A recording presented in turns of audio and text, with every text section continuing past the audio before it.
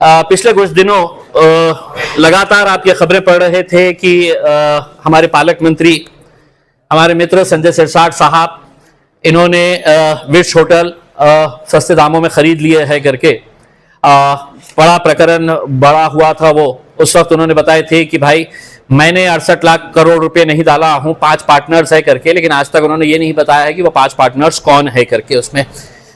लेकिन मैं आपको बताता हूं कि एक पार्टनर उनका बेटा था जिसके नाम के ऊपर ये होटल ली जा रही थी, और दूसरी पार्टनर उनकी पत्नी थी जिसका एफिडेविट उन्होंने ऑलरेडी है तो सबमिट किया था, और उन्होंने उसका पैसा भर के, उनकी पत्नी भी थी। अब हम उम्मीद कर रहे थे कि तीसरा चौथा पार्टनर कौन है करके, और वो बहुत एक मुमकिन है कि उनके घर वाले ही थे करके, वरना वो बता देते थे।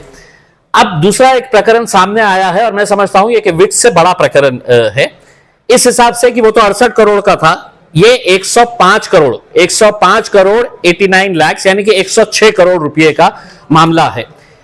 सिरसाट साहब के फर्जंद सिद्धांत साहब को एक अल्कोहल बनाने के लिए जो केमिकल्स लगते हैं या दूसरे चीजें लगते हैं, एब्सोल्यूट अल्कोहल, जैसे मेरे नजर के अंदर हम सिर्फ शराब ही कह सकते हैं, उसकी फैक्ट्री स्टार्ट करने की थी।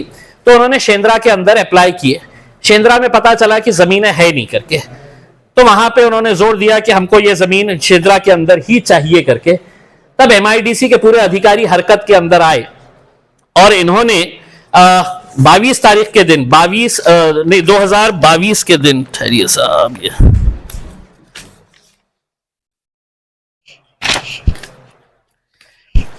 हाँ, ये टाइमलाइन है कि 2022 के अंदर ये इनके लड़के ने एप्लीकेशन किया। 3 जून 2022 को लोकल जो कमेटी होती है एमआईडीसी की, जो ये सुझाव देती है कि ये ठीक है, ये प्लॉट अगर रिजर्व है तो उसको हम डी रिजर्व कर रहे हैं करके। तो 2 प्लॉट थे एमआईडीसी शेंद्रा के अंदर जो ट्रक टर्मिनस के लिए रिजर्व थे। एक है तो ए और बी ब्लॉक के अंदर था जिसके अंदर 250 के करीब ट्रक्स रुकने वाले थे, और उसका आधा यानी कि 42,000 स्क्वायर मीटर का ट्रक टर्मिनस एक ब्लॉक में था, और दूसरे ब्लॉक के अंदर उसका आधा 21,000 स्क्वायर मीटर, 21,275 स्क्वायर मीटर का दूसरा ट्रक टर्मिनस रिजर्व था। अब जब इनको जमीन चाहिए थी तो एमआईडीसी के पूरे अधिकारी हरकत के अंदर आए और उन्होंने एक प्रपोजल तैयार किया कि हमारे को ये 200-250 वाला जो टर्मिनस है वो काफी हो जाता है, दूसरे ट्रक टर्मिनस की जरूरत नहीं है, तो उसको डी रिजर्व किया जाए। उन्होंने अपनी रिपोर्ट बनाए और उन्होंने अपनी रिपोर्ट बना के है तो बंबई में भेज डाले है करके। इसी दौरान 7 दिसंबर 2022 को कैमियो डिस्टिलरीज नाम की कंपनी सिद्धांत सिरसाट साहब ने शुरू की। उसमें 3 पार्टनर्स थे। एक पार्टनर सिद्धांत सिरसाट जो उनका बेटा है, दूसरा उनकी पत्नी विजया संजय सिरसाट, ये डायरेक्टर थी, और तीसरा जो है वो एक बिल्डर है भावेन अमीन, जिनके घर में ये रहते हैं, खरीदे हैं जहां पे बीड़ बाईपास के ऊपर, बड़ा बिल्डर है, अच्छा बिल्डर है। तो ये 3 लोग डायरेक्टर्स थे। अब ये इन्होंने डॉक्यूमेंट्स देना था कि हमको है तो 100 करोड़ रुपए, 106 करोड़ रुपए की फैक्ट्री स्टार्ट करना है, तो अपना सेल्फ कंट्रीब्यूशन भी दिखाना पड़ता है कि मेरे जेब में भी कुछ पैसे है, मैं ऐसे ही पूरा बैंक से नहीं लेने वाला हूं करके। तो कितना पैसा इनको देना था, तो 26 करोड़ रुपए इन्होंने खुद लिख के दिया अपने एप्लीकेशन के अंदर कि 26 करोड़ रुपए जो है, 26 करोड़ 47 लाख ये हम अपने जेब से देंगे करके, ये इनके अपने डॉक्यूमेंट में है। और हम लोग 79 करोड़ 42 लाख रुपीस हम बैंक से लोन लेंगे। तो ये जैसे ही इनको अलॉट हुआ तो जो बिल्डर था भावेन अमीन, वो ये कंपनी से बाहर हो गया। यानी कि सिर्फ उसका अकाउंट का बैंक स्टेटमेंट इस्तेमाल करने के लिए उसको डायरेक्टर बनाया गया था। जमीन मिल गई, चल तू बाहर हो जा, बाहर हो गया। अब आज की घड़ी के अंदर सिर्फ 2 ही डायरेक्टर्स हैं, उनके बेटे और उनकी पत्नी। हमारा यह सवाल है कि ये 2-3 महीने के अंदर ये जो कार्रवाई हुई, लैंड अलॉट भी हो गया है, वहां पे काम शुरू भी हो गया है फैक्ट्री का। अब हम ये 2-3 सवाल करना चाह रहे हैं। एमआईडीसी ने हमको ये सवाल जवाब देना कि क्या जरूरत थी कि आपने ट्रक टर्मिनस को डी रिजर्व किए। क्या आपको ऐसा लगा कि 42,000 स्क्वायर मीटर के अंदर 250 ट्रक खड़े रहते हैं और उसका एग्जैक्टली 21,275 स्क्वायर मीटर के अंदर यानी कि 50% उतनी जगह के अंदर आपने बोले कि 70-80 रहते हैं, जबकि उसूलन अगर वहां पे 250 रहते हैं तो आधी जमीन के अंदर 125 होना चाहिए था। तो लेकिन उनको कहानी बनाना था, मुंबई को भेजने के लिए उन्होंने कहा कि नहीं उतने काफी है, यहाँ पे तो सिर्फ 70-80 बसेस ट्रक्स खड़े रहने वाले थे, तो इसको डी रिजर्व कर दिया जाए करके, और वो डी रिजर्व हो गया। और वो प्लॉट किसको अलॉट हुआ? तो ये कैमियो डिस्टिलरीज को अलॉट हुआ। अभी इनके सिर्फ 2 ही डायरेक्टर है।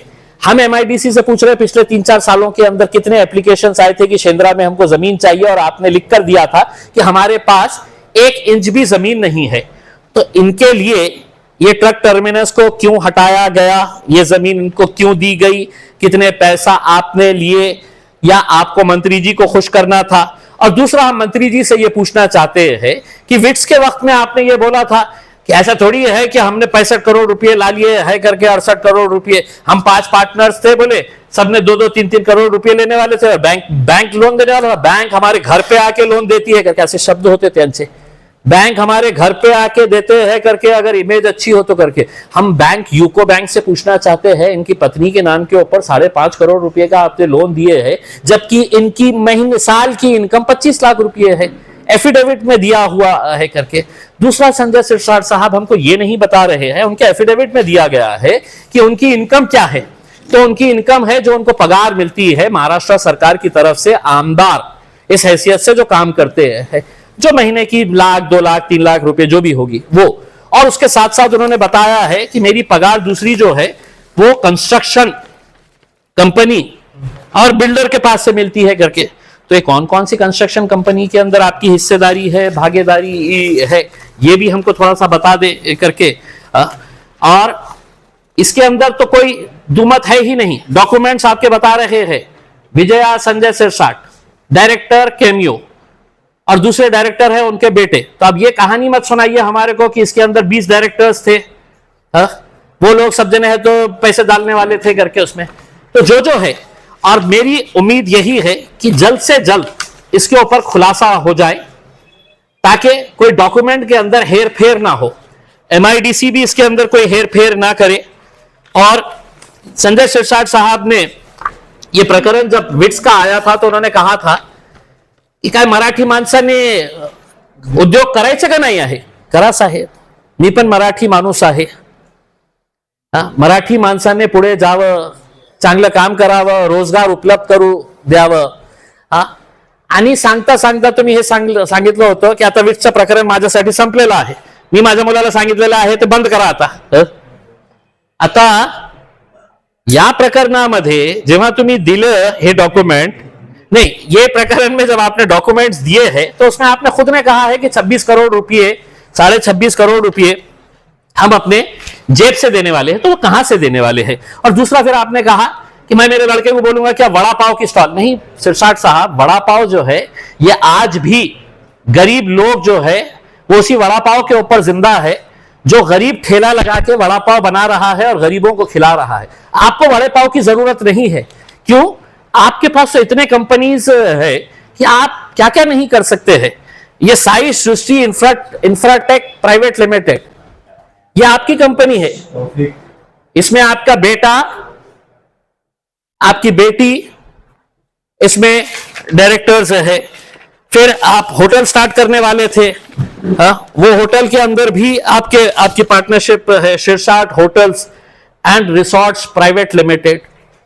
ये इतने सारे कंपनीज है आपके, जिसके जरिए है तो आपको वड़ा पाव कभी भी ठेला लगाने की जरूरत नहीं आएगी, हमको ऐसा उम्मीद है। मेरा सिर्फ यही कहना है कि इस बारे में डिटेल इंक्वायरी होनी चाहिए, और जब एक मंत्री ऐसा करता है तो कुछ छींटे मुख्यमंत्री के ऊपर भी जाते हैं। मुख्यमंत्री कभी भी ये दावा नहीं कर सकता है कि मैं बहुत भ्रष्टाचार मुक्त के लिए मैं लड़ रहा हूं करके। आपको हमने ये पूरा प्रकरण दिए हैं। अब अगर आपके अंदर ईमानदारी जिंदा है देवेंद्र फडणवीस साहब, तो इसको आप सीबीआई के एंटी करप्शन ब्यूरो विंग को दीजिए, एनफोर्समेंट डायरेक्टोरेट को दीजिए, आईटी को बोलिएगा कि एक 25 लाख रुपए कमाने वाली, उसके पास 12.5 करोड़ रुपए लोन कहां कहां से कौन कौन दे रहा है, कौन सा बैंक दे रहा है करके, तो ये सब सवालों के जवाब अब आपके कटघरे के अंदर है। और मुख्यमंत्री साहब अगर आप नहीं करेंगे तो मैं आपको बहुत जल्द एक चश्मा भेजने वाला हूं, जिसके ऊपर आपका नाम लिख के भेजूंगा कि हो सकता है कि आपको बगैर चश्मे के दिखाई नहीं दे रहा होगा, हम जो बोल रहे हैं वो सुन नहीं रहे होंगे उसमें। तो इसलिए ये प्रकरण विट से ज्यादा गंभीर है और मेरी उम्मीद यह है कि हो सकता है कि हमारे पालक मंत्री का स्वभाव देखते हुए सगळे वेळे आहे, सगळ्यांना अक्कल नहीं है, काही काम त्यांना उनको कुछ समझ में नहीं आता है, सब बावड़ट है, ये इसी तरह का रिएक्शन देते हैं। तो मैं उनसे अनुरोध करूंगा कि ये तो सिर्फ एक ही है, आगे आगे देखिए होता है क्या करके। और सिर्फ आप ही नहीं, कुछ और भी मंत्रियों के बारे में, कुछ और भी बड़े नेताओं के बारे में प्रकरण निकाल रहे हैं, लेकिन मुझे अधिकारियों ने बताया है कि खास तौर से इम्तियाज जलील के हाथ में कोई डॉक्यूमेंट नहीं देना है करके। उन अधिकारियों को यह कह रहा हूं कि आप जिस कुर्सी के ऊपर बैठे हैं ईमानदारी से बैठिएगा। आप as ex MP, ex MLA मुझे डॉक्यूमेंट्स नहीं देंगे तो गवर्नमेंट ने राइट टू इन्फॉर्मेशन के अंडर में दिया, वो आपको डॉक्यूमेंट्स देना पड़ेगा। तो आने वाले कुछ दिनों के अंदर और भी कुछ बातें सामने आएंगी और वो भी उतनी ही चौंकाने वाली रहेंगी।